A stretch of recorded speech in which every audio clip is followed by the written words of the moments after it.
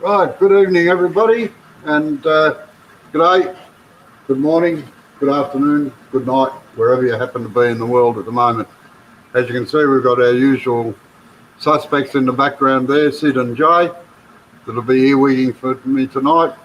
I did promise you an international one, and unfortunately Mark, the gentleman wood turner, is away for the day and he couldn't do it, so you have to put up with us three Aussies for a change.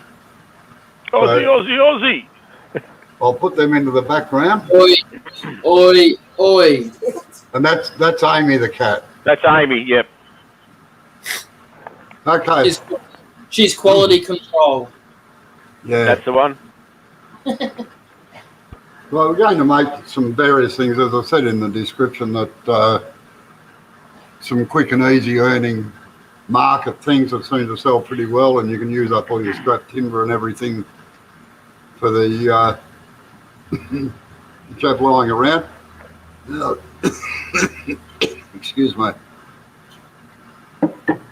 I tend to use a lot of pine around the workshop here, mainly because it's cheap and everything else, and most people generally have to paint, or they paint most of the stuff that I do. So pine is prolific, and it's all out of standard size timber. So I will tell you roughly what the sizes are. Oh, I've forgotten the tape measure. Wait on, I'll just go and grab it. I'll be back in a half a second. While you're doing that, Robbo, I'll go through who's in the chat if you like. Yeah, if you'd like to go through the chat, Sid, that'd be good. So just reading off the participants list at the moment, we've got Darren, we've got Chris from Bailey Woodworks, we've got Eric Winkler, Flick from Flick's Wood Turning. Oh, that Dodgy J's in there. Jennifer, Lawrence, Pete from Twisted Trees, Ricky's Rocket, Robocop's there, Robert Dolman, Terry Bartlett, Terry Hooper. We've got plenty of Terrys replacing Terry tonight. That's good. David from Webfoot Resin and Wood Creations. And Woodworm Paul has come in. And if there's anyone I have missed, I humbly apologise, and you can yell at me. Right. Brickhouse Craftworks just come in, and Chris Dodds. So for Pete, no, I don't have the Peter Twisted Trees. I'm sorry, Pete, I've just got plain smocks. I don't go for the leery ones like the bloke that I'm supposed to be standing in for, Brian. And my workshop's a little bit bigger than what Terry's is. So anyway, we'll get that out of the way first. And to keep Darren quiet, the first thing we're going to do is a couple of spurtles, all right? Well, you know he's going to be all over the chat all night if you don't. Oh, I know, yeah. The timber is the pine, as I said. It's 290 millimetres long, 35 by 35. Comes out, okay. And all my measurements have been mainly metric.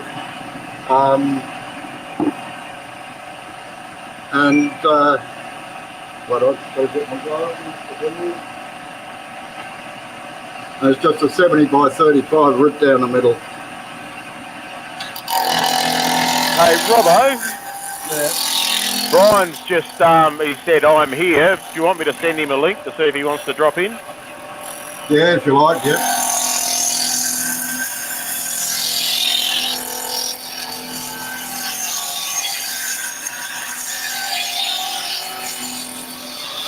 Now, I tend to use a lot of the components on the lathe to get down to sizes. The drive is 7/8 of an inch, which is about 18 millimetres, I suppose. So if I want something about 19 millimetres or 3/4 of an inch, I'll just come down millimetres of that. There's not crap everywhere. I'll do the traditional. Sorry. Sorry, what was that? No, it's all right. I forgot I didn't have it on you. Right, I'll do the traditional Scottish one first. Put a thistle in on the end here. You can put any shape you like on here, really. Doesn't matter. Seth from Brookhouse Woodworks is in. Hey, Seth. Douglas Munham's in. G'day, Douglas. Oh, Doug Miller also from Woodspun Round. Karen Dolman's just come in. Yeah. Good evening, folks. Now, because these are used on food, you don't have any sharp corners on them at all. And they're made for stirring. So,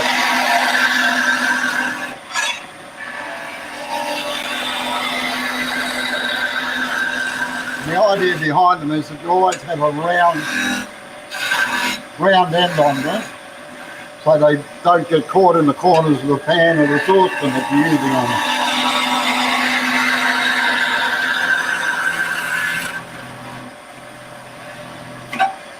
Whoops, Nelly. Now generally I just sand to 240 on these. I don't put any finish or anything on them.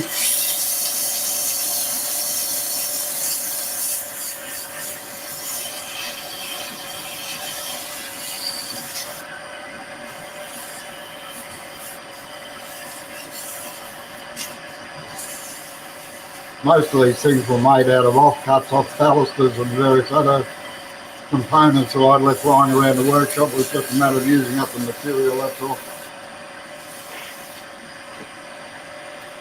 Pick up a handful of shavings, just burnish it off. I don't put any finish at all on them. Just straight off the chisel or straight off the sandpaper. Just take to this corner a little bit. Cut the lathe out of the way here.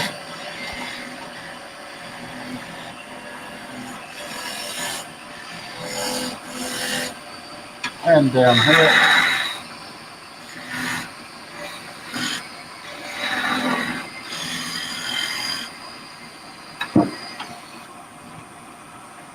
Flick the ends off.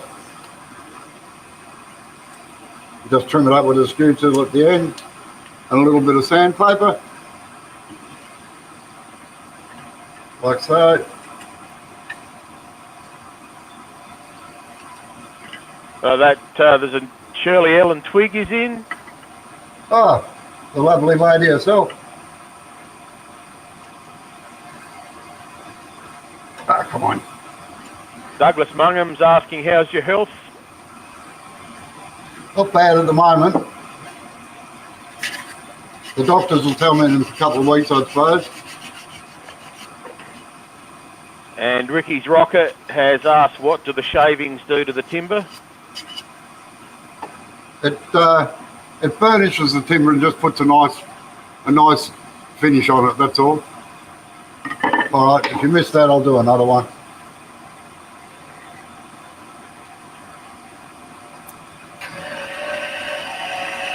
Now, as I've said a million times before, I'm a production turner and I feel comfortable changing the lathe, like putting the timber in and out while I'm working.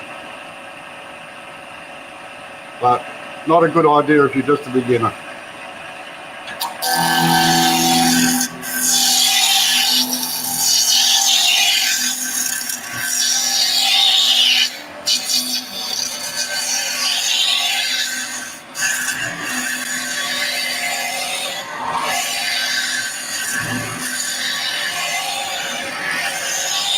You might have to slow that bit down a bit, Robbo. You could be done in bloody 10 minutes. Yeah, not quite.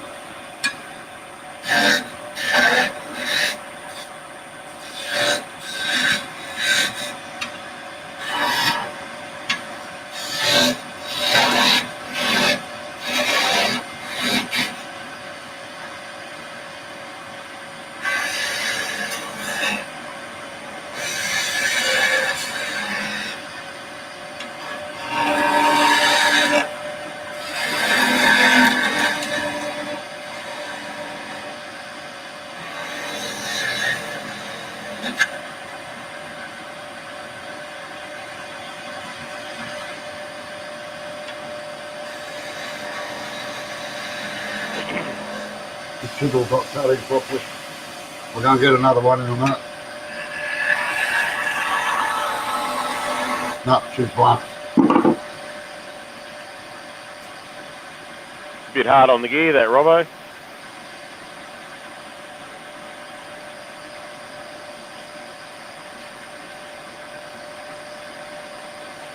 I must have just touched the drive before when I must have just touched the drive before when I had that mishap up there. Okay, so Robocop's just asking, question please, is this the project we'll be doing this Saturday? He's trying to get a heads up so he can practice. Shirley Ellen Twiggs just said the speed is incredible to watch, I must say.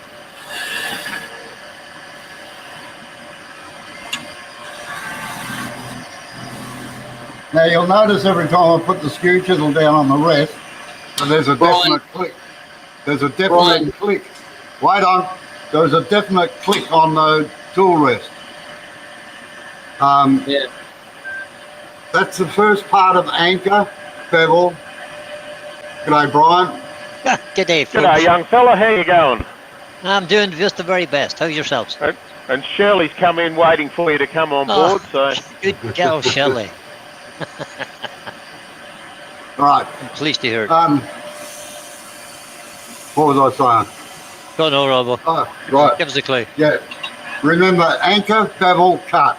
So the click is anchoring down onto the tool rest, and then you put the bevel on and cut. So Mark the gentleman woodturner's just dropped in to say good day. Ruby Claire's in. Good afternoon all, or good evening, wherever you happen to be. Right, just take this down a little bit, give it a bit of a sand.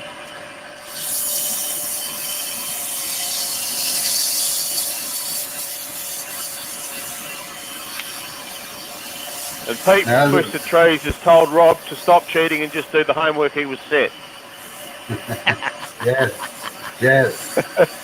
Your homework's going to be a bit more difficult than this lot.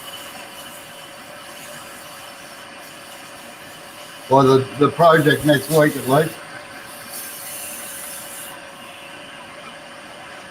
Now, Brian, this is why I leave shavings around, all right? It's so that I can burnish the timber. Yeah. That's just a day shavings, but you don't want to leave it there for a week.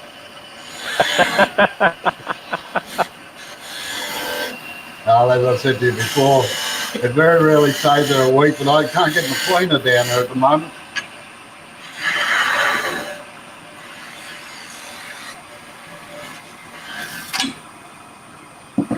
That's the way it's supposed to work. Then flip the top off like that. Give it a little trim. Can't quite see the trim in camera, Robbo. Or another way, if you've got a very fine point, is just to knock it with the chisel. And what it does is push the fibres back in. Right, that's those two done. Gerard, the So feature turner's in. You happy now, Darren? They're just first. Right.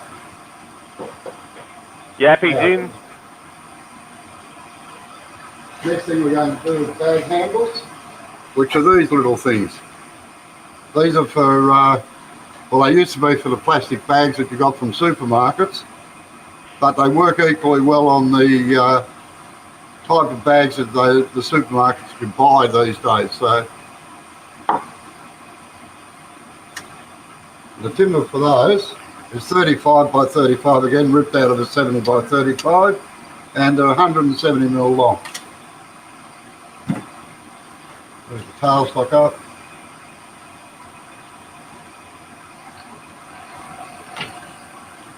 So Darren said, thanks very much, Robbo. Now all I do with these is just take them down to round. So they end up about 30 mil or so in diameter.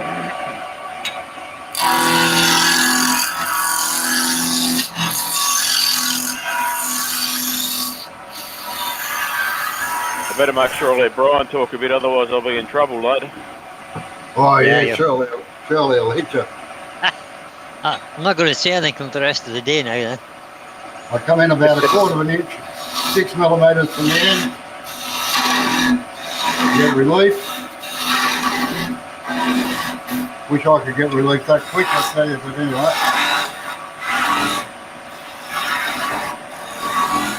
Now I come in an inch, and the way I do that is I just lay the chisel, I know this is an inch chisel, so I just put it in like so, just mark in an inch.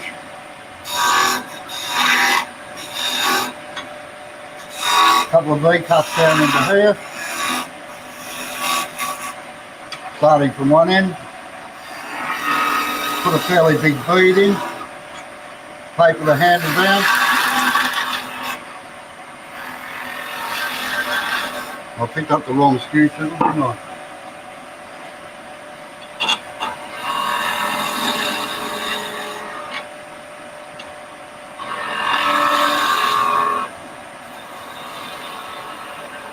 Doesn't matter if you leave it a little bit flat there because you're going to put a cove in there in a minute.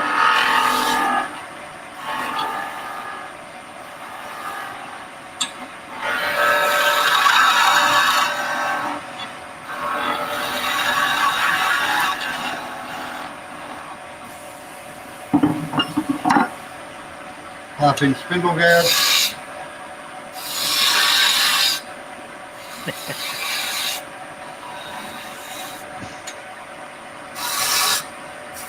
I've just read your comment, Don, but I don't think I'll read it out.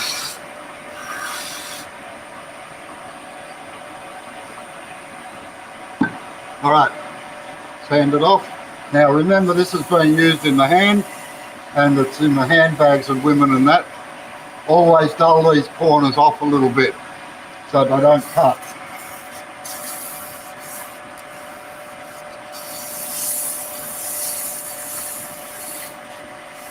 Again, just a bit of 240. Now if your wife or whoever's arty, they can paint these. My wife used to paint. She's an excellent toll and folk art painter.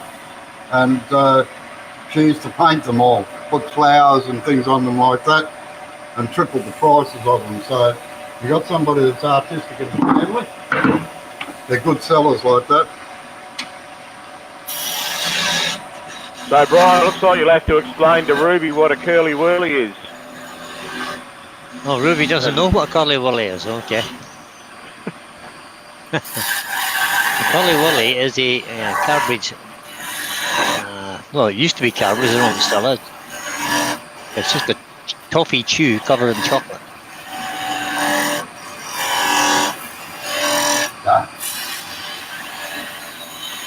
And Shirley said curly whirly is lovely words that come out of Brian's mouth. She said she's actually sitting next door over with her mum watching on the TV over there. So. Oh no.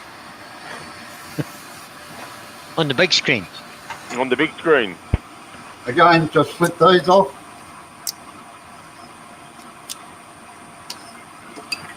Trim it with a skew chisel. If you like, just give them a bit of a sand.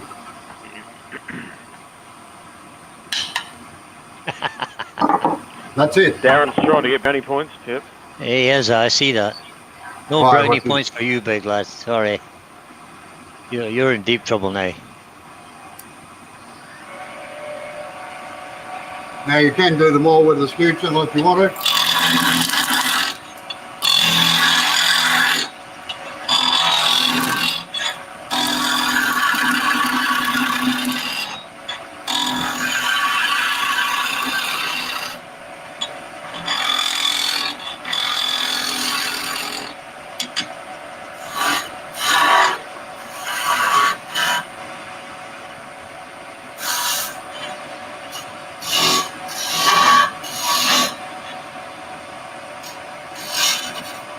You do realise I'm going to have to go out to the shed now and try and make one of those.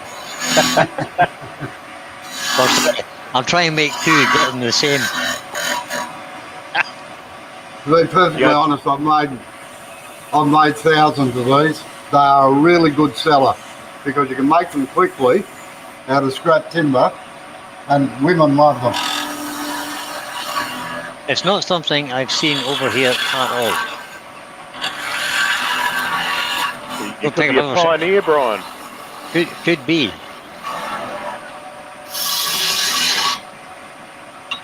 My wife works in a shop that they give away, well, they don't give away plastic bags anymore. You have to buy them now. Yeah, they don't have here either. You've got to either pay for their brand ones or you take their own in now. So Robbo has a question for you. Yep. Rob CP has a question. How do you decide whether to rough down with a spindle roughing gouge or a skew?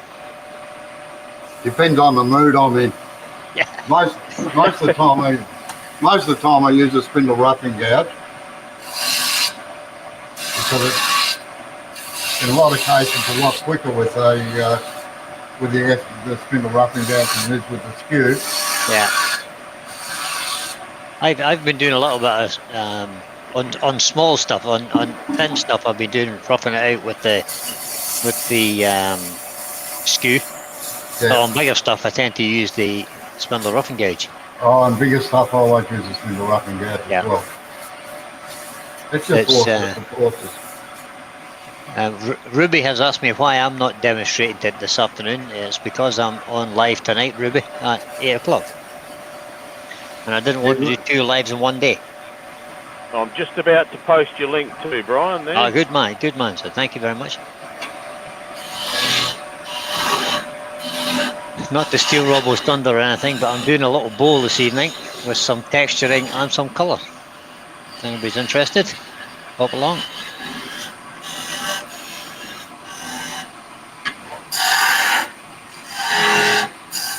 But I'm going to the shed and this is finished to make one of those handles, just for the fun of it.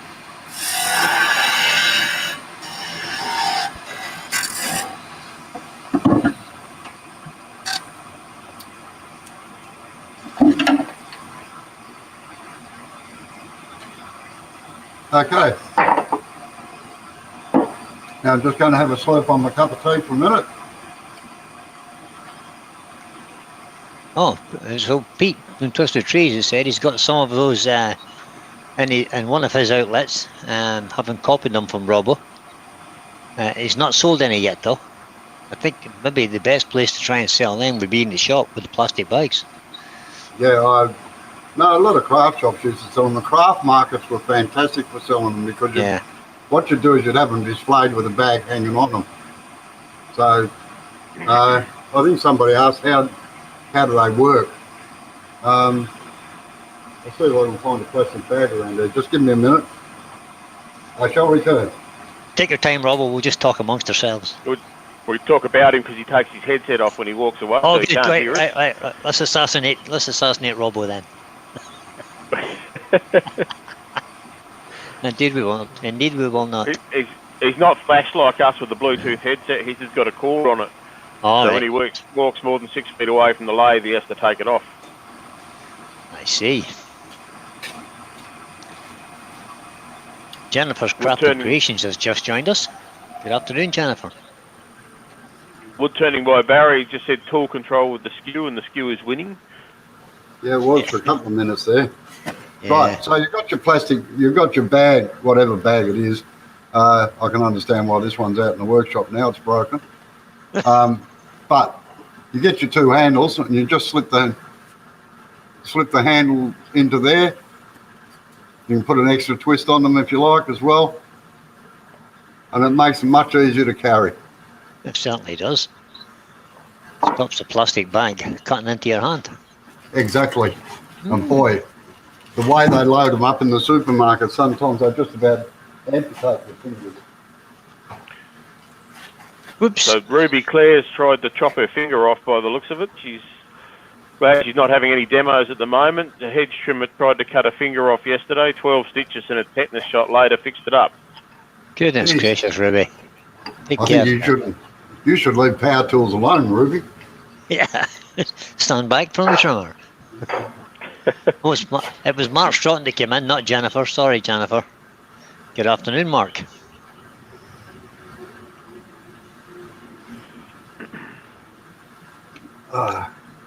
Excuse me, I'm just having a cup of tea. Right, now, next thing, easy things that everybody's saying. See, Dan has just announced that we've just cracked 5,000 members on the Wood Turning International group. Oh, very good. Now, if each one of them would just sign up to my YouTube channel, you'd be all over it. That would be really good. Okay. Yeah, I second that actually. I've just got to go and get a parting tool. I won't be a second.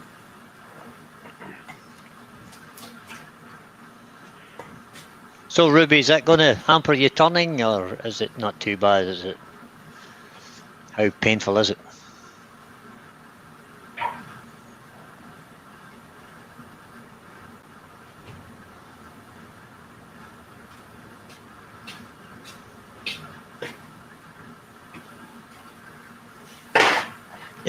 Dan says we're trying, mate. Good man, Dan. Good man, Dan. Eric's just said he was 4,999. Right, I'm just going to finish my cup of tea there for a minute. So I got 39 watching at the moment, Robbo. You're not drinking Oh, tea, Rob. fantastic. Oh yeah. I've got 40 on my screen. So, no, I only drink tea. I'm not allowed to drink coffee. So, That's probably sensible. Probably hyperactive if you drink coffee. no. No. At my age, it's very hard to be hyperactive. I tell you. The brain says it can, but the body soon tells you it can't. Yeah, I know that feeling. Wake up in the morning and think you're 26 and then get out of bed and realise you're not. Yeah. Yeah, it's a good point there. Just Chris Bailey just put up that Robbo's on every day, normally on Jay's channel. Jay turns at 10:30ish in the morning here. And I will whack a link up into Jay's channel as well, so if people want to go and have a look, a bit of morning entertainment every day. Yeah. Yeah, I don't have to do as much yelling these days, so that's fine. Yeah. It's got a bit boring, Robbo. Yeah, it has actually. I might have to unlearn him so he makes a few more mistakes, I think. Yeah, good girl, Ruby. She says it hurts, but I'll bag it and be fine. Yeah, Good girl, that's Ruby. right. And I turn even more occasionally than what Terry does, or even less occasionally than what Terry. What's the appropriate word there, Brian? More occasionally, I would say. If it's less occasionally, it'll be less. It'll be more. Or less is more, more is less. I don't know. Less is more is less. I don't know. Right, these are the good old standbys. Honey dippers. Yeah, you can't turn more occasionally than Terry, that's for sure. He's on holiday again this week. Yeah, it's unreal, isn't it? It's his 5th holiday this year so far. Only 5? Yes, this is his 5th one this year, so. I mean, we're only in August. Yeah, did you see that? I'm gonna... See that question in there for you, Jay? What were you doing with the copper fitting? Because I didn't understand. If it's any consolation, Lawrence, neither did I. And you know what? I don't really give two hoots if people don't understand. That's the only piece of metal I could come across that I could turn. I had 4 other bolts and some nuts and stuff, and I asked Robbo if I could turn them. He goes, nah. I pulled them all out. Nah. I was like, fine, I'll get this one out then. That's all I could turn, so I did it. So Jay, without being condescending or depreciative to Jay's a very good lesson on how to turn on a budget, because he does a really good job with very little. Exactly. Yeah, that's an understatement. Right. Thank you, David. This is made out of 35 by 35, again cut out of a 70 by 35, and it's 200 mil long. So now there's 2 ways of doing honey dips. I'll do it the way I used to do them. Terry Butler has just said that Terry has to cancel France. This is our Terry now he's talking about. Had to cancel France, and he's gone to Butlins for the week instead. Right. I think he had to cancel France because of COVID, I think.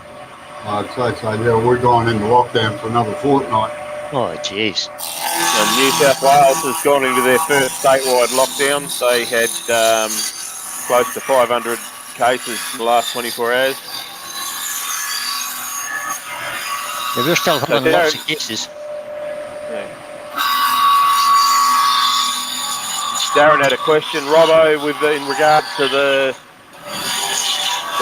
honey dippers. What would you price them at? Well, the bag handles will, was it? No, he did say honey dippers. He clarified afterwards. I charge about $5 each for them. Thanks, Jennifer. So Jennifer's just subbed to Jay and myself.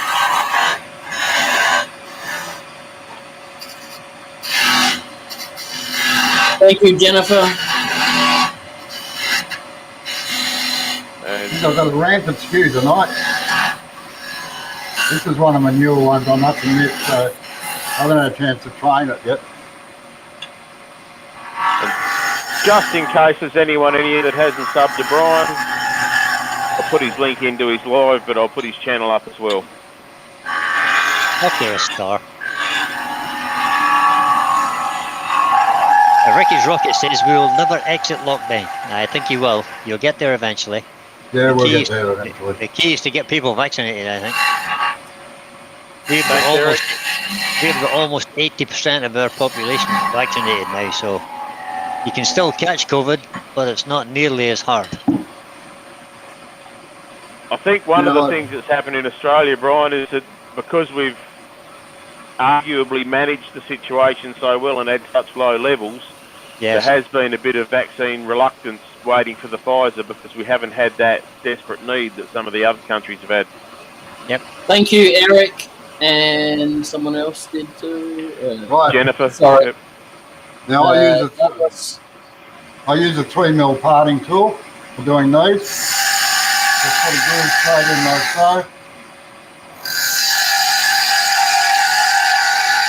so. Leave about 3mm between each one.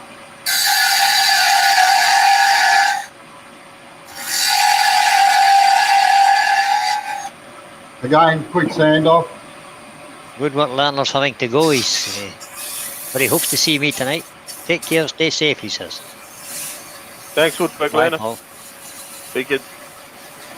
Is that Paul, is it? It's Paul, yeah. I don't know whether I've got him on my little magic spreadsheet. No. But we'll have now, though. So, any of you that watching Keith last night, or no, last Thursday, I think, we always fold our sandpaper in half. You can hang on to it better than having a slippery side on the back. And for doing grooves and things, you just put it in and do both sides at once. Just around those corners over a little bit. makes sense. So Pete from Twisted Reese suggests, as a question, he says, a new SKU is the problem, Robbo. The rumour is that every new SKU has around 500 catches built in. I think so. Manufactured. Once they're used up, it's just fine. Yeah. I think that could just be something to do with the practice.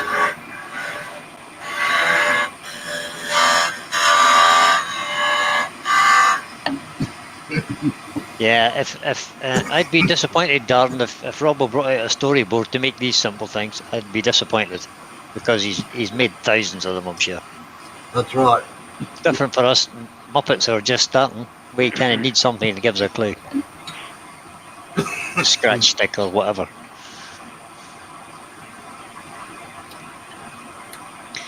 Storyboards are good for people who just do them occasionally. Oh, you've got to do more than 3 of them. Yeah. Right, and you just trim the ends off again like do everything else. Now another way to make honey dippers.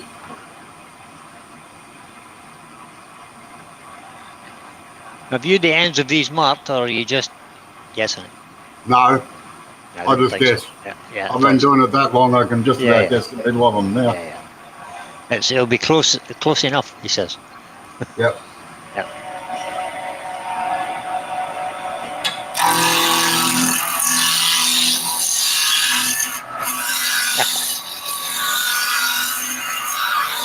There you go, Robocop. That's how you round down. Just like that. No messing. Don't tickle it. Get after it. Into it. So I've got to say, a lot better last Saturday night, getting the spindle rocker gouge into it. It was indeed. I have to admit, and I did send Rob a private message afterwards apologising for my lack of hearing, and also the fact that I am really, really pleased that he's going so well. He's come up 100%, well, 1,000%. I have to say. Robocop's just sent a question in too. You go, Brian. So Rob has asked the question. He says, "Do I need my 3mm parting tool for this Saturday?" No. I think he's trying to subliminally ask you what we're doing. I know. I know what he's doing. He's questioning us, right? I tell you what, Robbo, just leave it there just in case. Yeah, well, I did say a parting tool in the original thing. There'll be a thing coming out shortly about what you're going to need for this weekend. All right, so. I don't tell us, Rob. I like surprises. You might have to have a special guest earworm this weekend too. Why that? Well, I'm not available Saturday night. Oh. I did tell you last week, Robbo. Yes, you did. That's right. Eric Winkler is suggesting, Robbo, you've made the honey dipper, now can you make us the pot with the lid? Not tonight. Right. Now, all this is just a series of V-cuts with a skew to them. You just put basically deep grooves in, but always leave a bit of a gap between the thing, otherwise it'll break. Pickling pine.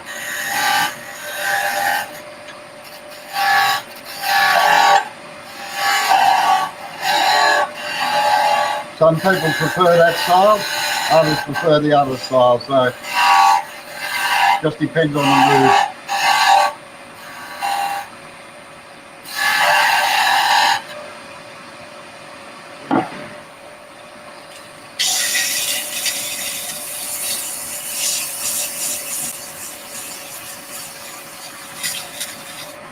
Benjamin's in. No, there's a general gone. Uh-oh, trouble's afoot. Now you're in trouble, Brian. Probably. Oh no, Michelle's in. Oh no, I'm definitely in trouble. Now, my son used to make all of these, and he used to make hundreds in a weekend, and he got paid 50 cents for them, and that was his pocket money and everything for while he was at university. So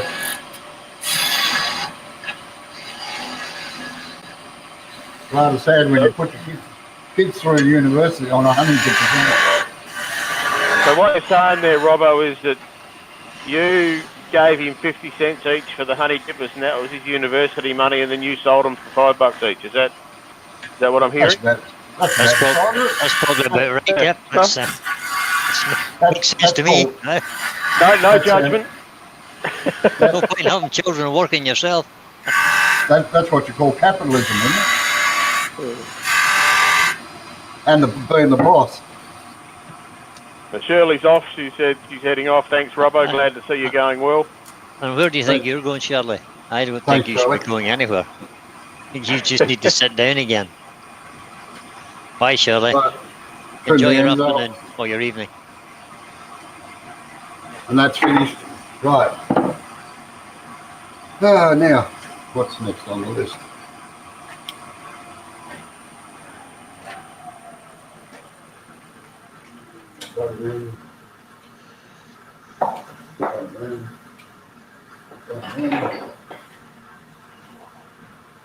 Right, door wedges.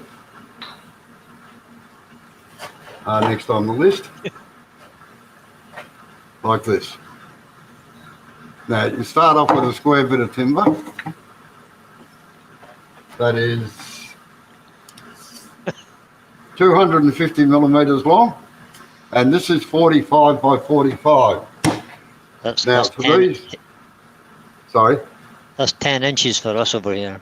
Yeah, well, that's right there. And it must be square. And these are, excuse me, these have been marked on the ends.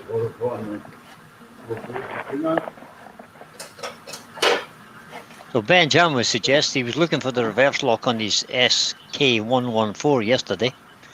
Couldn't find it. He'd forgotten that was an optional purchase.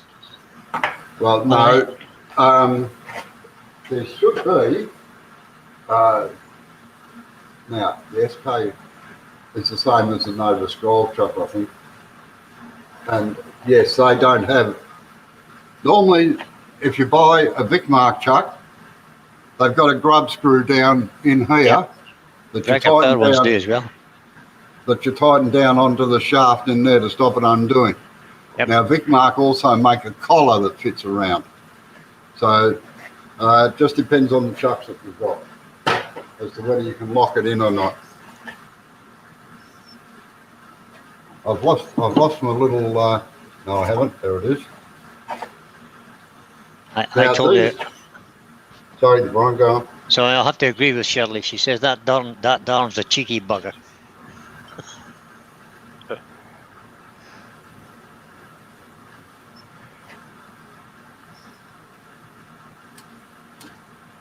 So Shirley says she's getting her mum off to bed.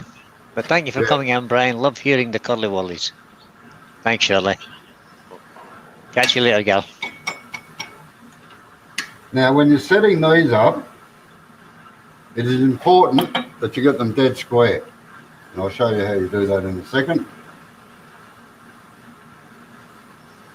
Now, I'll give you a hint, Rob CP. This is going to happen on Saturday. Oh, no. Sledgy wedgies. No, not for these. All right, now, I'll just change cameras. Get the one I want. That might be the one I want. Yep. Wood Tanning by Barry has suggested he thinks there's a lot of people have improved with their skews after watching Robbo on Saturdays. Thank you. I would like to think so, guys. Now, what you do is you pinch it between your thumb and your forefinger, and you bring this up. I'll do it at this end here, so you can see it. So you pinch it between your thumb and your forefinger, and you rotate the timber round until the corner just hits. Now, if you've got a high side, in other words, it hits more on one than the other, this one's hitting on two sides, so you bring it to the top, and you just give it a gentle little tap to take it down a fraction, and you tighten the tailstock. I'll just zoom it back a bit so you can see the tailstock. You only tighten it just a fraction. Now, don't loosen the tailstock and try and put it into centre. You will not do it. All it'll do is fall back into the original hole again. The reason that you knock it is that it cuts through any grain there and holds it in position while you tighten the tailstock up. Now, I'll just do the other end there.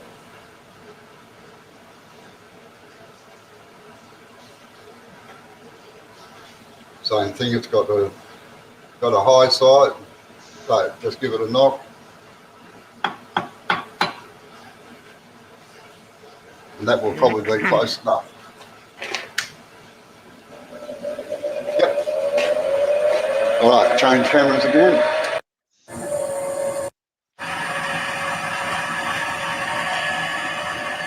Now you can mark pencil lines on it if you like, to where the thingos are going to be. Just remember, you've got to have about 6 to 8 mil on the ends for clearance. So you can cut them off.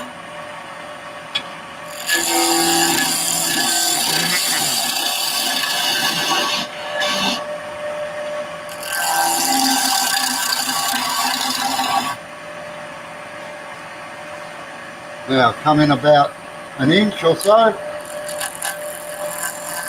just nick it,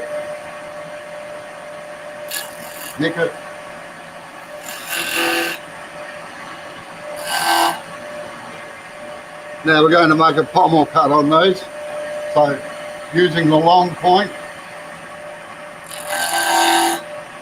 just make a series of cuts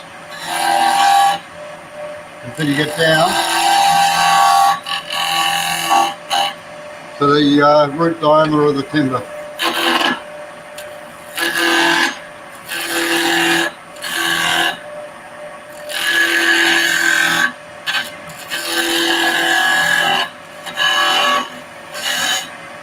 With the weight.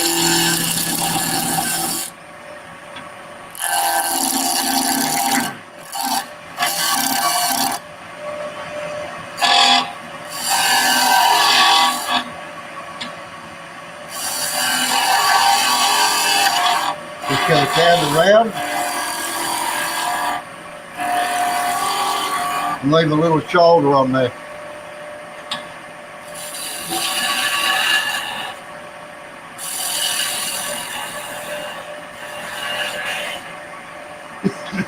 Round over the end. The half sleeve.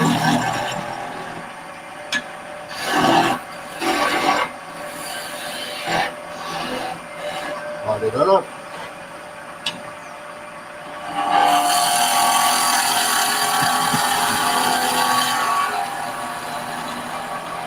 Now, unlike a rolling pin, doesn't matter if they don't match because they've been cut in the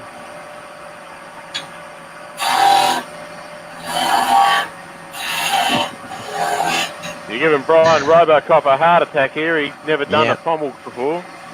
He threw his hands up. Neither have I, Robbo. Don't be stressing, buddy. We'll learn on Saturday.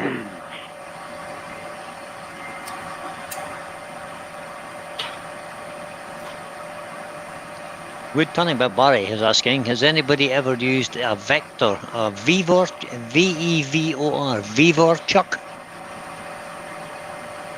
No. Never heard of it. No. Right, then you just, again, just put your cove in the end, fairly deep cove.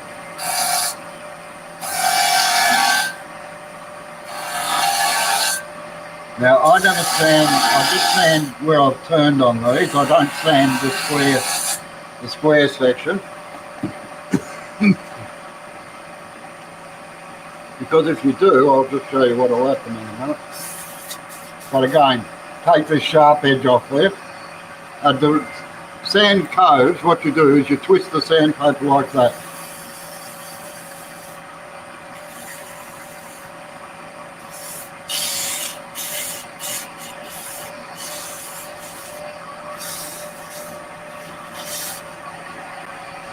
Now, if you if you try and sand this round thing, I'll just turn this off for a second and then you can have a look.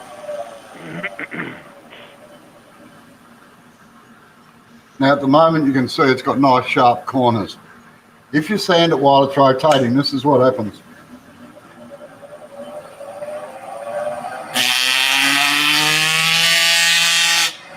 Now, I was at a demonstration once and a couple of kids standing there watching me, and I said, oh, it's like a sick aeroplane, you know. And they couldn't understand. They didn't understand. Their parents were wetting themselves laughing, but the kids couldn't understand. Now, if you sand it while it's rotating, what happens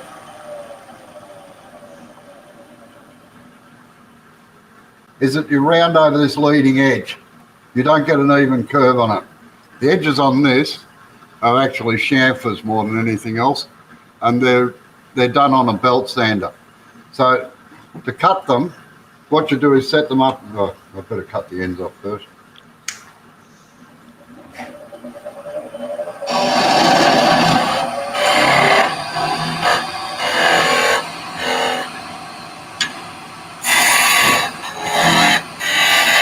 Ninja Man 2191 has said it's like the old card trick on the bicycle spokes.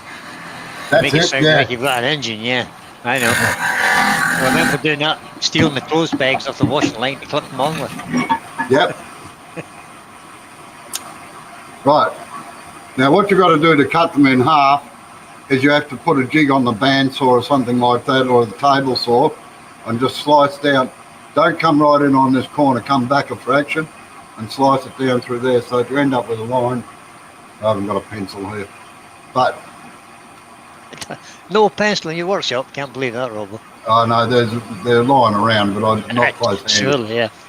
Just So remember you his cut- 6 foot range, Brian. That's Yeah. true, of course.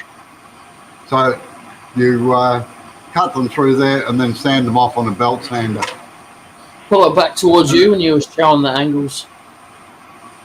So, You were just slightly out of the camera there. Could you just pull it back towards the full rest? right, sorry. Yeah. So You can understand the Irish Scot, but you don't understand your own tongue. What's going on? That's perfect there. Yeah, that'll do. That'll do. So you're just Alright. about an inch in from the ends either side, is that right? yeah, no, about a quarter of an inch in from Or each an inch side. in? Okay. Slice it down and then finish them off on the belt sander. Perfect. Right. So far, so good.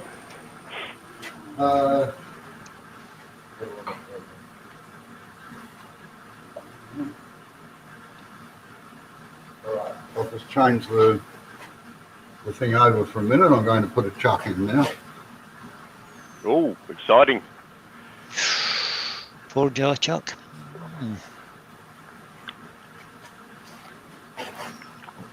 You're still a few lessons away from putting a chuck on, though, Robocop.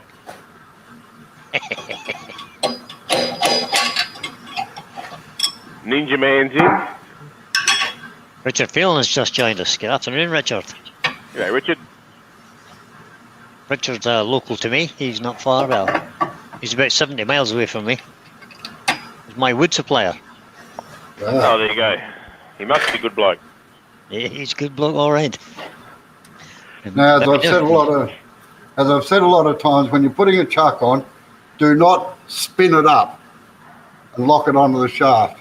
That's as bad as leaving it loose and starting the lathe up on full revs. It'll lock the chuck on and you won't undo it. I never use these either.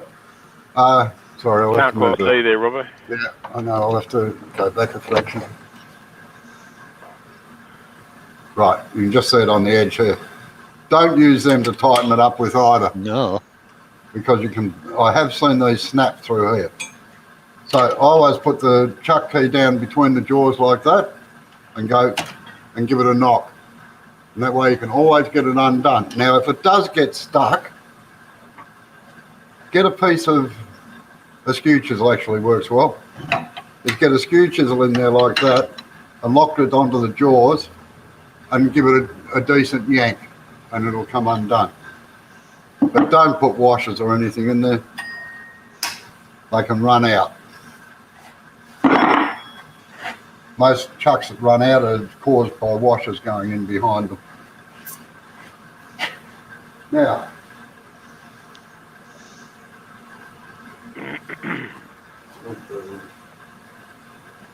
I'm not going to worry about dibbers because everybody knows what a dibber is.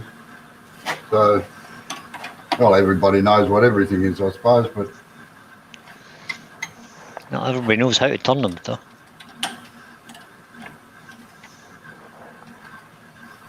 now you don't need these special jaws to hold things like this. You can do them in your standard jaws. Just make sure that you don't get out too far, that's all.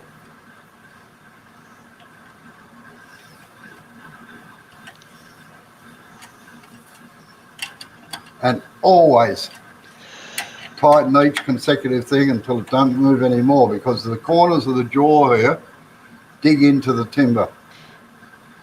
I don't know whether that's real straight or not. Doesn't look real. They make great little hammers, these things. Chuck key hammer, yep, perfect. A lightweight hammer. Yep. And Robbo is guessing a finial now. No. If I did that with my chuck key, it would the handle would fall out. Different sort of chuck key you've got, haven't you, Joe? Yeah, that's what I mean.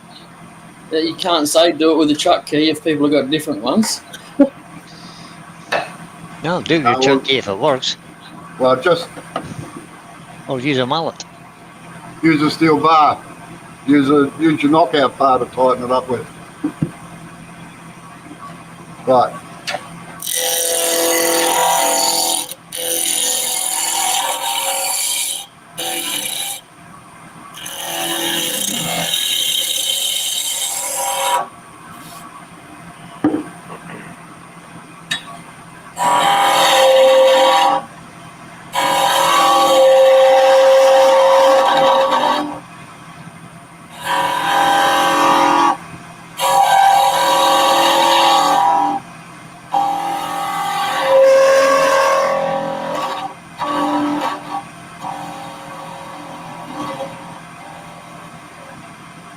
Yeah, Pete from Twisted Trees has gave you a good suggestion there. Yeah. Need to make And a wooden made mallet, himself buddy. a mallet. Well, give it a hand then.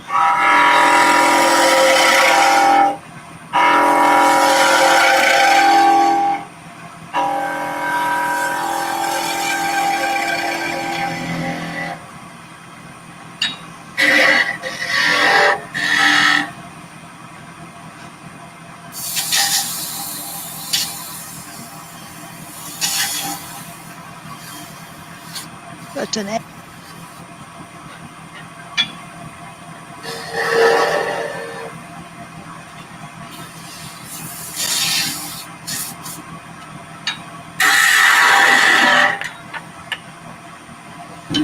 Oh, the wasted leaden egg. You almost dropped that, Robbo. That came off Almost. before I wanted it to. So I'll just put my fingers over it, all right? Yeah, we don't mind, Robbo. Funnily enough, eggs seem to sell well for some reason. I don't know why. But if you make them out of exotic timbers, you can charge a fair price for them. Now, we're actually in well, it used to be a big egg laying thing where they had caged chooks for laying eggs. Yep. And I don't know how many hundreds we sold these to get their layers working. So they just chuck them in the nest, you know, make the hens broody. Yep. So if you get ceramic ones for doing that one, you have to Yeah. warm them up first. Yeah, but the wooden ones seem to work all right around there. You do, yeah.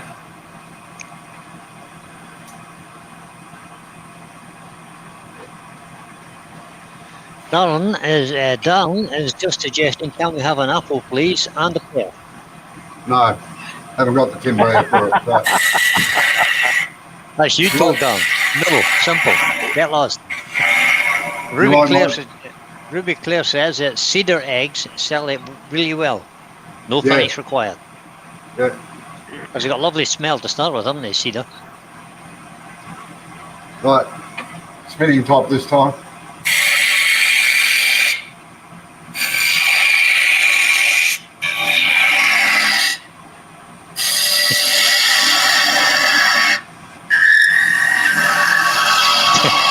From Twisted J suggests that the pallets are almost like pencils. They're easier to use, easier to see, but are always at the other end of the workshop. Yeah, well, that's right. So here's 3 mallets so far. You can make 33 and still not find it. And Felicity wishes she could get a hold of some cedar. Well, so do I, Felicity. Yeah, it's pretty hard in Australia to get it, I must admit, Felicity. I'm not sure it's available. Well, I'm sure it is available somewhere, but Yeah, it's Slick, hard here.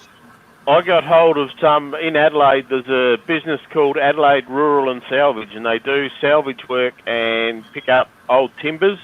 And I picked up some cedar there for not a bad price. So anywhere that does salvage of housing and stuff like that is probably worth a look. Right, spinning tops always seem to go well. These are always made out of the end of balusters and all of that. I never bother sanding them or anything else. But I used to have a lot of kids watching me and that at demonstrations and things. I used to demonstrate at schools. And the object was that I'd turn a top and I'd find one of the kids probably that were never sort of had much attention to pay to them, and I'd say, here you are, sweetheart, or here you go, comment, you know, grab this. Now, what you got to do is spin it while I turn the next one. And I've got to finish it before I've got to finish the top on the lathe before it stops spinning. So these are good little jiggers. I'll move the camera along a little bit. No, I won't. What I'll do is I'll put it on the other camera.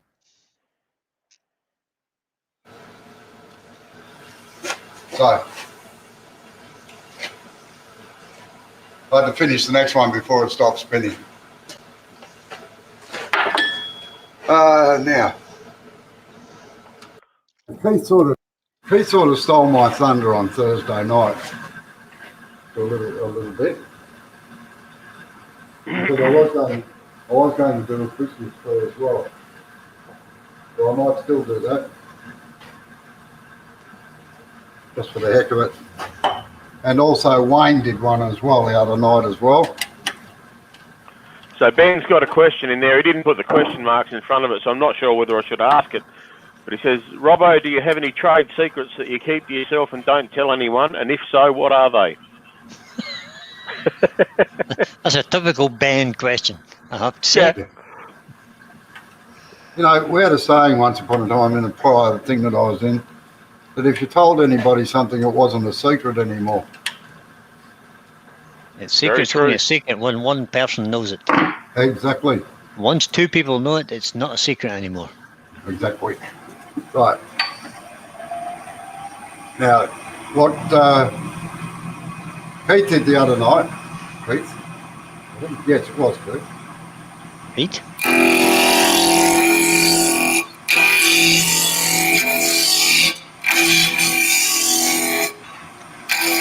Circular Wood by Keith has just joined us. Good evening, Keith. Or good afternoon, Keith. Hey, Keith. I've heard his name mentioned. I'm just saying, Keith, that you stole my thunder last Thursday night. I was going to do a Christmas tree. So I'm going to do one, but I was just saying this is the way you did them the other night.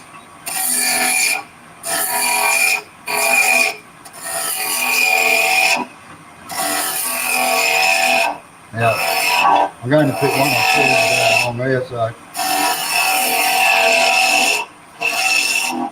So Douglas Mongham has said, Robbo, you're a great tutor. Thank you very much. Oh, thanks, Douglas. Right, now. As Keith said, I'd never take them right to a point because I used to put screw eyes or something in them unless they were freestanding. And he just put a stem in here. I'm not going to do that and put the barrel in under here. But this is basically what Keith was doing the other night.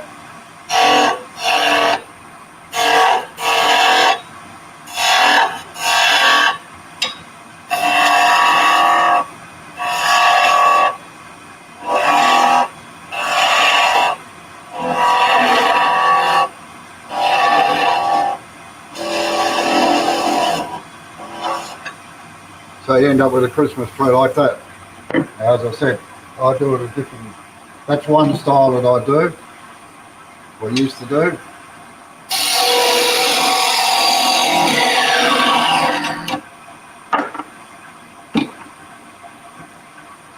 Now another style that I used to do.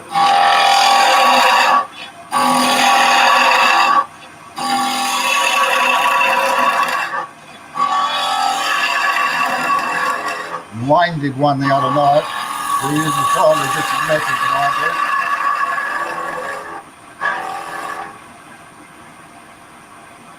did. Now Wayne came from this way to raise the grain up. I don't. I use the short point down here, and you deliberately score it like that.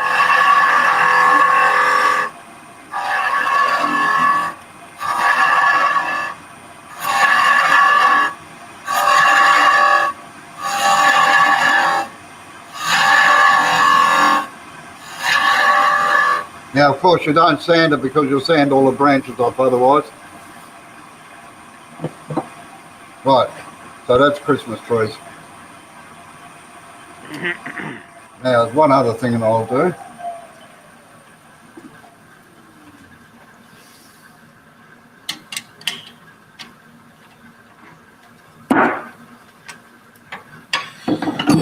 Now, I've said it before and Brian picked up on it. This thing, this chuck key, never leaves your hand. As soon as you've used it, even if you're going to go just away for the lathe, if you turn around and pick up a bit of timber, take it with you. I've seen too many accidents. I've actually seen a bloke killed with one of these. Not on a wood turning lathe, but a metal turning lathe.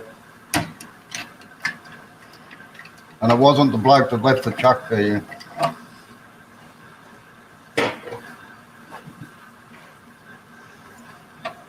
So Circular Wood from Keith is on tomorrow lunchtime with part 2 of his Christmas decorations. Yeah, if you'd like to plunk on the link in there, go for it. Have you got a link up on your page, Pete? No, Keith, sorry. That's Keith.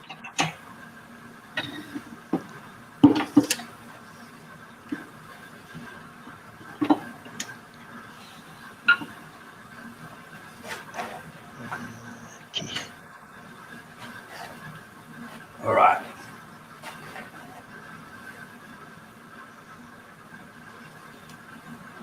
Now, over the years, I've had some very, very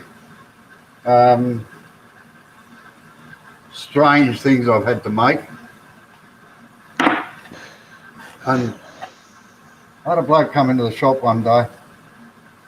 He said, I'm getting married in a few weeks. I said, oh yeah, what's that got to do with me? He said, well... Like, don't be a fool. Yeah, well, I nearly did. No, I must admit, I can't say anything. Marriage has been the best thing I ever did. Anyway.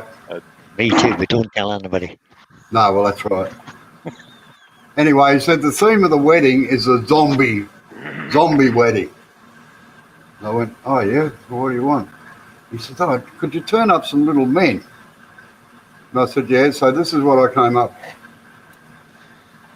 Andy, with. Sorry, Rob. Andy actually just joined us. Good afternoon, Andy. G'day, Andy.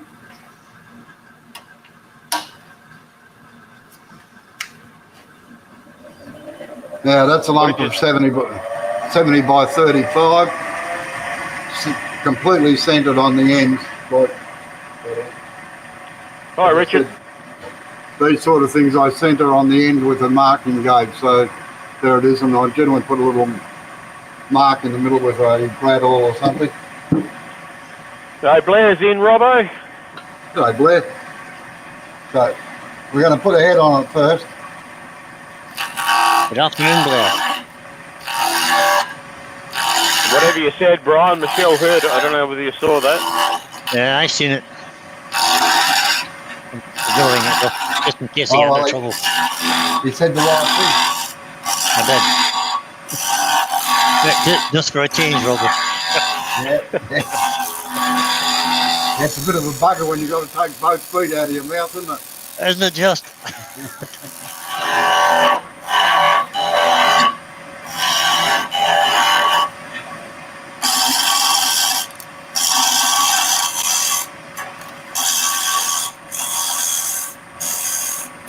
Normally I'd leave clearance down the end to do this, to get it off nice and flat, but I've been going for an hour, so I want to try and hour and a quarter, so I want to try and keep it a bit short tonight.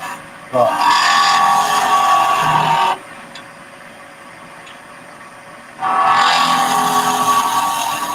So there's his head. Then we wanted some shoulders on him.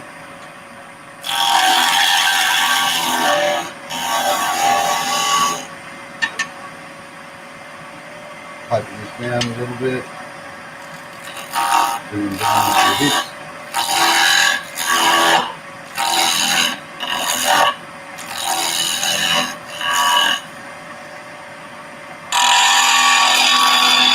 Now you could also do snowmen like this, if you wanted to. That's a variation on a theme. Right, give him some legs. So Blair's come in and said hello, but he's having to scoot off to work now, so he's off again. Bye, Blair. Okay. See you later, Blair. See you, Blair. Thanks for popping in, mate. And some steak.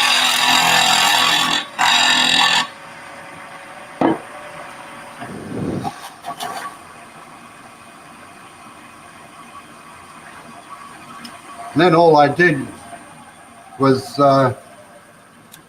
basically had blood dripping down here, and they put a couple of eyes on him, and they look pretty effective actually after they've been painted. So that's just another opinion on a theme of snowmen or something like that if you want to do it.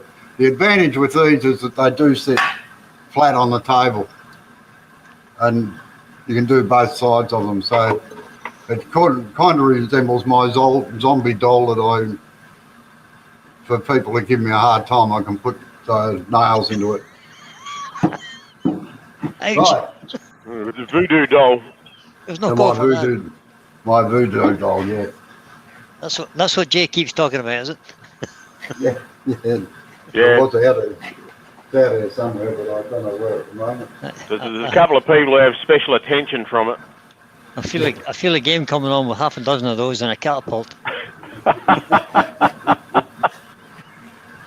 I've often thought of making one for Benjamin and Rob CP, but No, you need to ask Stark about that, Brian. Oh yeah. Oh, you do, yeah. yeah, actually, Darren's raised a good point. I'll not embarrass the well-known turner that did this, but Oh, well he known. was doing a demonstration once. No, this is going back 35 years ago. Anyway, doing a demonstration, and he, I don't know if you can hear the rattle in it or not, but there was a hell of a rattle in the lathe, and everybody was telling him that he'd left the knockout bar in the headstock, so that, and he just couldn't figure it out. You know, he was getting thoroughly disgusted with himself. So yes, Darren, that's a good point. Never leave the knockout bar in. Well, ladies and gentlemen, it's just about it for me. We can chat away, or if anybody's got any questions, go for it. I can read the chat now. Rob CP has just put a comment in the chat and says, "I'm innocent." Yeah, right. Yeah, right. Not a chance, Robbo. We're not letting you away with that, boyo. No, well, Rob actually went and tried his. He must have played back the video from the other night on Saturday night, and he said even he couldn't hear himself. Yeah, it's all right, Darren. We just decided we're blaming you for everything tonight anyway. Yeah, well, Mark's not here, so. Well, it's Darren's fault. Of course it's Darren's fault. But he was just pointing out that Ricky made the comment about leaving the knockout bar in. Oh, it was Ricky, was it? I thought it was Darren, Yeah. sorry. And Darren also said today his voodoo doll today can just leave it alone. So Ruby Claire has sent an excellent demo, Robbo. Excellent demo, Robbo. Can you talk? And so has Rob CP. And I agree, totally. Excellent demo of some real simple things to make, but good things to make. And good practice. Great practice things for the skew, yeah, absolutely. Yeah, like I said on Saturday night, like they're my three go-to chisels. The skew chisel, the roughing out gouge, and the half-inch spindle gouge. And I'll do 99% of most of the work with them.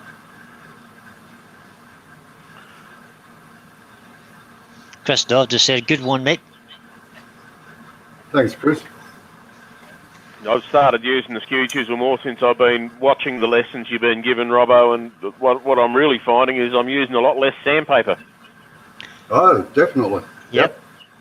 I was making a mini snowman yesterday, a little tree hanging snowman.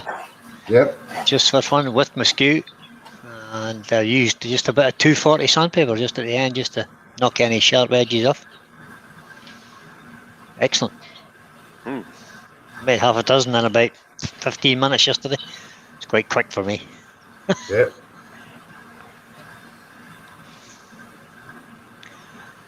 So the practice is paying dividends, as is the instruction. Yep. Yeah, it's good. I must admit, I was wondering what to demonstrate actually, because I know that most things have just about been covered these days between most of the lives that I watch anyway. Yeah, but lots of these things are covered, but it's your technique that we're looking for. It doesn't really matter what you're doing. It's your technique that impresses and educates, I think. Yeah, the working of the tool and what tool you can use to do what jobs and get faster and better at it.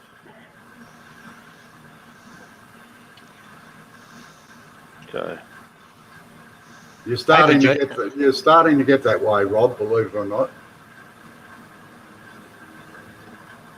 Rob said he's hoping to be awesome with the skew, and he's already getting there.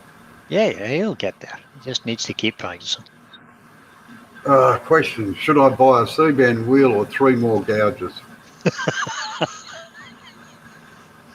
By a Pro Edge.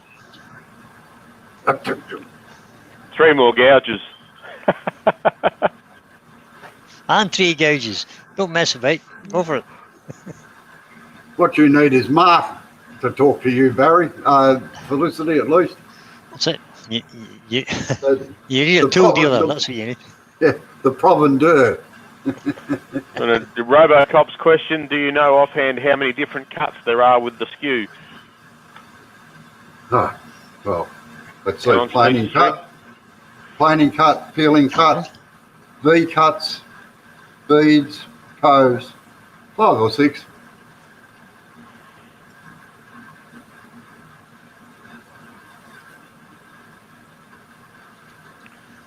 Brian just swore. Yes. Michelle suggests that we don't forget the thumbs up, guys.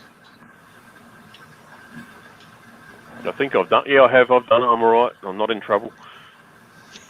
You need, actually, with that question, Felicity, you need to enlarge on it a little bit. Like the C-band wheels are absolutely fantastic. I've got my grinders equipped with one C-band and 80 grit C-band for sharpening most of the tools. And then I've got what's called a Blue Max, which is a Norton grinding wheel on the other end. But I generally sharpen all my big spindle roughing out gouges on because they just... So Felicity has said she's turning ironbark. I've never heard of that, but ironbark. Ironbark. I'm going to need one or the other, laughing out loud. Yeah. Ironbark is, funnily enough, it's not bad to turn. The only problem with it is it's very splintery. And that was a pain in the neck because you get shards off rather than shaving. So just be aware of it when you're doing them.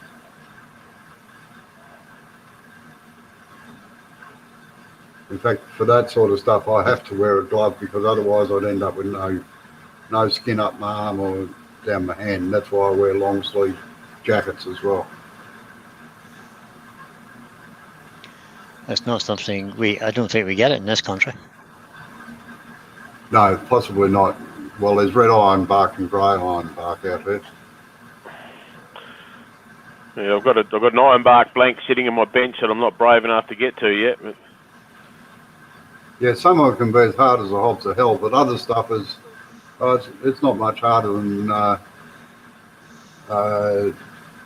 some of the other eucalypts. So, but the reason I don't sharpen the spindle roughing gouges on the CBN is that I don't get many sparks off the CBN, and it's very hard to judge where the edge actually is or whether it's sharp.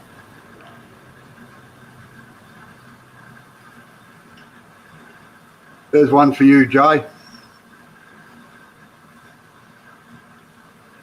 from Rob CP. Oh, yeah, mine has the same problem. Like when you look down here, this egg, for instance, looks like it's squashed in. It looks almost like a big bead rather than an egg. I don't know how it's coming through on that screen, on your screens. Looks all right to me.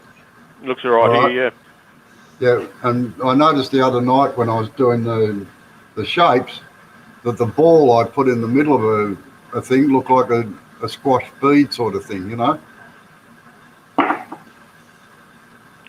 Well, for Robocop, when we're looking at it if you're looking at it on your camera as you're going, it may be the screen dimensions, but it doesn't look squashed in to me watching you guys. It looks the same proportions as everyone else's.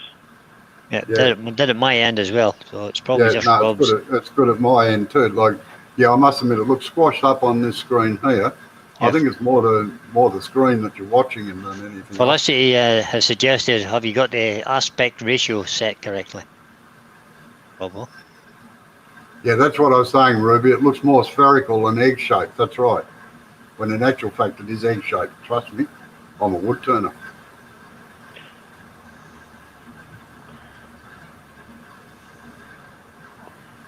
No.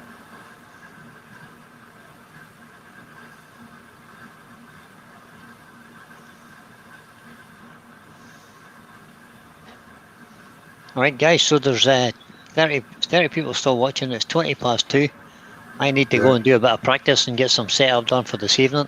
So I'm gonna Thanks for shoot ducking out. in, Brian. No bother, Thanks. guys, at all. Anytime. Thanks, Brian. You're welcome. So I'll say good night to everyone, or good afternoon to everybody. Good night to you guys in Australia. And I'll catch you all later. See you later, mate. See ya. See you guys. Bye-bye. All See ya. right. I'll give it another 9 minutes and then I'll be shutting it down too. So if anybody's got any questions, go for them.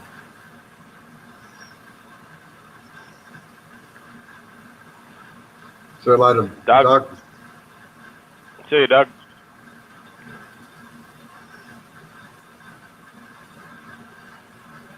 When I held it up perpendicular. Oh, when I held it up like that, yeah, well, it is, but as soon as you turn it around like that, it sort of looks more like a ball rather than an egg. Although in the viewfinders on the cameras, it's definitely egg-shaped. So it might be my monitor here that's giving trouble.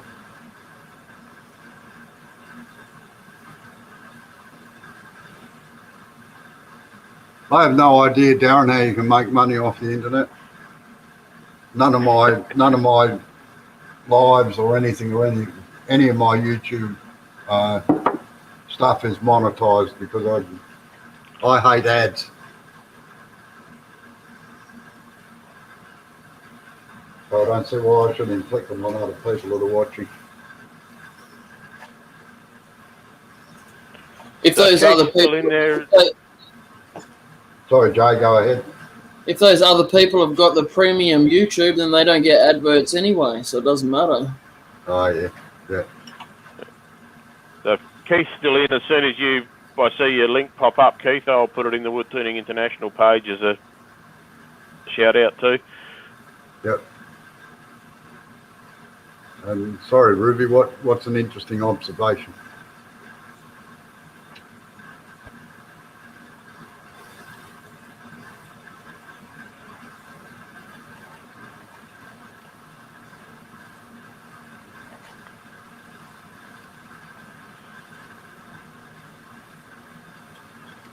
While we're waiting for... You won't get away with that, Rob. Sorry. I was just about to read that one out for you.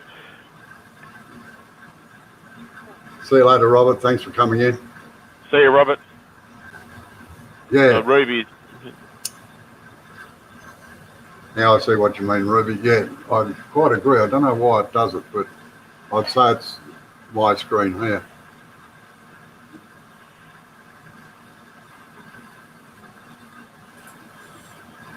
Aspect ratio. Yes, well, that's what it probably is. I don't know what it is on this TV, so because I use the TV as a monitor.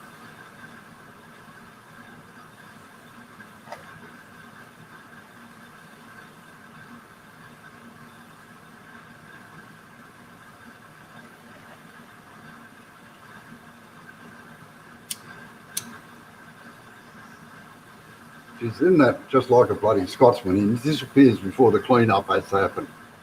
Yeah, Andy's got to go as well. See you later, Andy. He might have been feeling a bit sick looking at all the shavings, Robbo. Yeah. Oh, well, if you can't make sawdust, you're not making anything. That's the problem. Yeah. See you later, Ruby. Thank you for coming in. Yep. See you, Ruby. Thanks.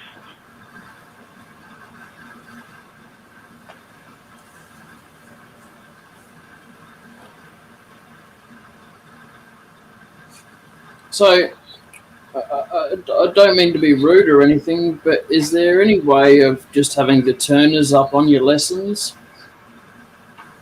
without kick and sit out? I mean. No, unfortunately. Yeah, like what you mean, like be able to drop one of the screens off, Jay? Yeah, without removing you, I mean. But yeah, I know what you mean. So that my ugly mug's not on there, but it lets the other gives more space for the ones that are actually doing the turning lessons. Yes, I know. I've been into the StreamYard settings and there's nothing about it. So Unless you just go out on your lathe, Sid. And have a lathe out there too, and earworm, just stand there at my lathe and earworm with the lathe sitting there. No, you have to turn it on. I can do that. You can turn with one hand, just make the noise, every now and then. Like Robbo was doing with the sandpaper.